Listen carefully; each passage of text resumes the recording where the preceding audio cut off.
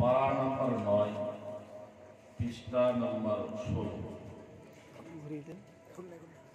সূরা আনফাল বিসমিল্লাহির রহমানির রহিম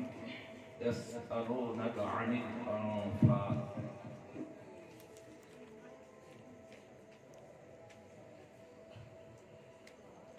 أعوذ بالله من الشيطان الرجيم بسم الله الرحمن الرحيم يسألونك عن الأنفال قل الأنفال لله والرسول فاتقوا الله وأصلحوا ذات بينكم وأطيعوا الله ورسوله إن كنتم مؤمنين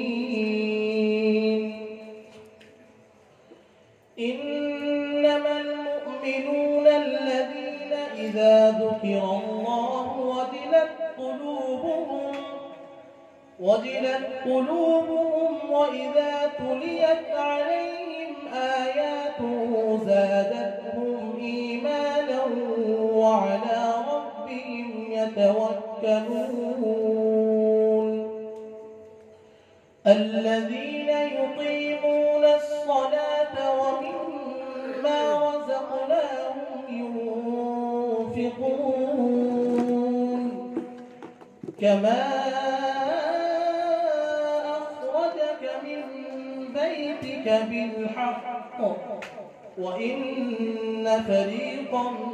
من المؤمنين لكارهون يجادلونك في الحق بعدما تبين كأنما يساقون إلى الموت وهم ينظرون وإذ يعدكم الله إحدى الطائفتين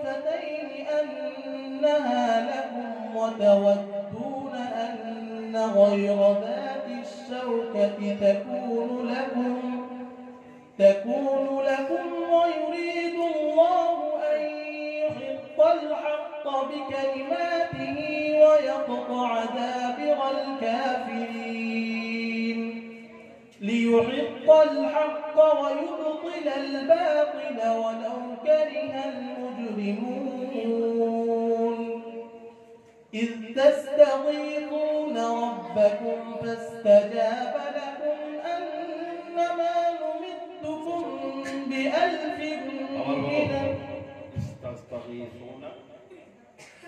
إذ تستغيثون ربكم فاستجاب لكم أني ممدكم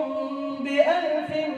من الملائكة مردفين